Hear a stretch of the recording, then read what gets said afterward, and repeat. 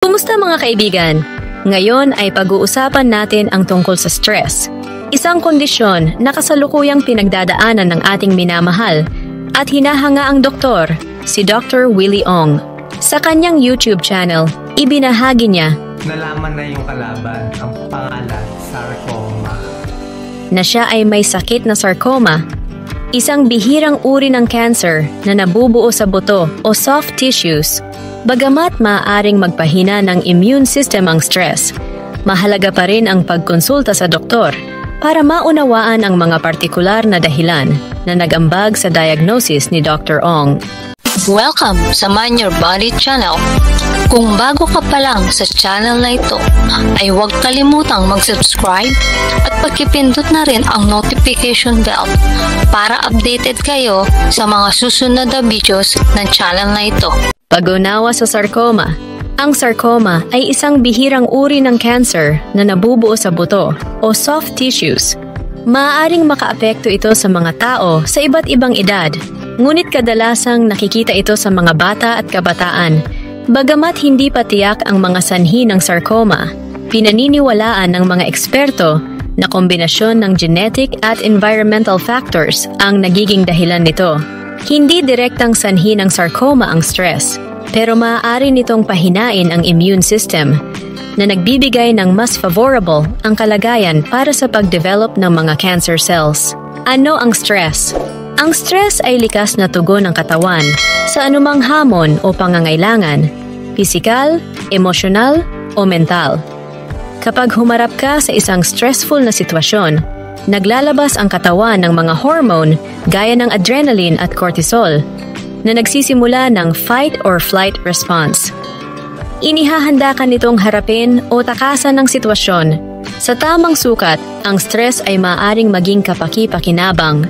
Nakakatulong ito para manatiling alerto, nakatuon, at motibado. Halimbawa, maaari kang mapush ng stress na matapos ang isang deadline o umiwas sa panganib. Ngunit kapag ito ay naging tuloy-tuloy o chronic, ibig sabihin, tumatagal ng matagal, maaari nitong negatibong maapektuhan ang iyong kalusugan. Ang pangmatagalang stress ay maaaring magdulot ng anxiety, depression, mataas na blood pressure, sakit sa puso, at paghina ng immune system. Mga sanhi ng stress. Maraming pinagmumulan ng stress tulad ng problema sa trabaho, relasyon, pera, o kalusugan. Maging ang mga positibong pagbabago sa buhay tulad ng paglipat ng bahay o pagpapakasal ay maaaring magdulot ng stress. Ang pananaw at paraan ng isang tao sa pagharap sa stress ay malaki ang epekto sa kanilang kalusugan at kagalingan. Paano nakakatulong ang stress sa pagkakaroon ng sakit?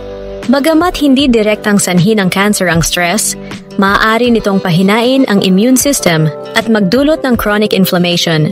Bagamat mahalagang tandaan na ang cancer ay isang komplikadong sakit na naaapektuhan ng iba't ibang salik gaya ng genetics at environmental exposures, maaari ring lumikha ang stress ng mas paborableng kalagayan para sa paglago ng cancer cells. Narito ang ilan sa mga paraan kung paano naapektuhan ng stress ang ating katawan. Number 1. Paghina ng immune system. Ang stress ay maaaring magpabagal sa kakayahan ng katawan na labanan ang impeksyon at abnormal cells, kabilang na ang cancer cells. Number 2. Chronic inflammation. Ang matagal na stress ay maaaring magdulot ng chronic inflammation, isang pangunahing salik sa pagdevelop ng maraming sakit tulad ng heart disease, diabetes, at cancer. Number 3. Pagkasira ng DNA. Ang stress ay maaaring magdulot ng pinsala sa ating DNA na nagdaragdag ng panganib ng mutations na maaaring maging sanhi ng cancerous growth. Number 4. Paghina ng cellular repair. Ang stress ay maaaring makahadlang sa kakayahan ng katawan na mag-repair ng mga nasirang cells na maaaring maging sanhi ng cancer. Number 5. Hindi magandang pag-uugali. Ang mga taong nasa ilalim ng stress ay maaaring bumaling sa mga unhealthy coping mechanisms tulad ng paninigarilyo, labis na pag-inom, overeating o kawalan ng ehersisyo. Lahat ng ito ay nagdaragdag ng panganib ng iba't ibang sakit, kasama na ang cancer. Pag-manage ng stress, mga practical na tips. Napakahalaga ng stress management upang maiwasan ang pag-develop ng mga sakit. Kabilang na ang sarcoma. Ang mga estratehiya tulad ng relaxation techniques, meditation, ehersisyo, at tamang nutrisyon ay makakatulong upang makontrol ang stress at mapanatiling malusog ang katawan. Tandaan, iba-iba ang karanasan ng bawat tao sa stress, kaya mahalagang makahanap ng stress management techniques na akma sa iyo. Narito ang ilang practical na tips para sa pag-manage ng stress. Number 1. Mindfulness at meditation. Mag-practice ng mindfulness meditation upang mag-focus sa kasalukuyang sandali at mabawasan ang stress. Number 2. Pisikal na aktibidad. Regular na ehersisyo ang makakatulong na mabawasan ang stress at mapabuti ang pangkalahatang kalusugan. Number 3. Tamang pagkain.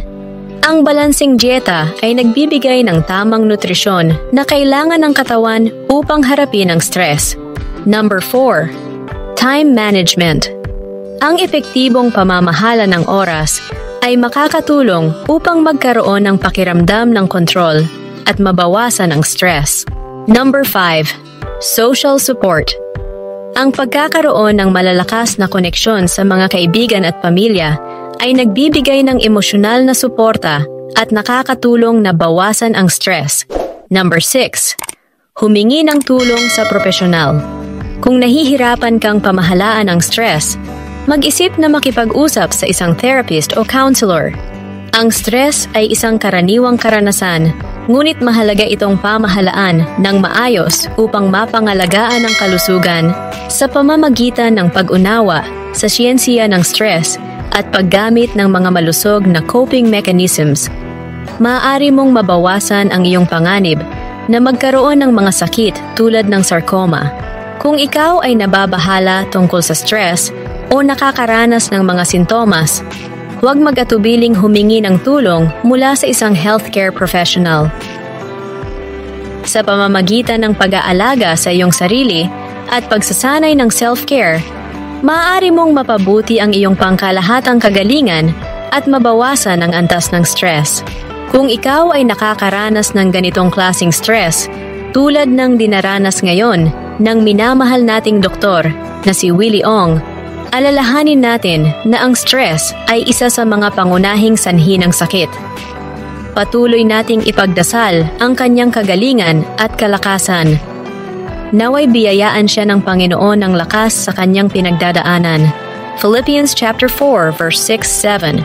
Be careful for nothing, but in everything by prayer and supplication with thanksgiving, let your requests be made known unto God. And the peace of God, which passeth all understanding, shall keep your hearts and minds through Christ Jesus. Amen. Tandaan, ang susi sa mas malusog na buhay ay nasa balansing nutrisyon at maingat na mga desisyon. Mahalaga ang pagkonsulta sa isang professional sa kalusugan o dietitian para sa personal na payo at karagdagang kaalaman. Huwag kalimutang mag-subscribe para sa higit pang mga tips tungkol sa kalusugan at kagalingan.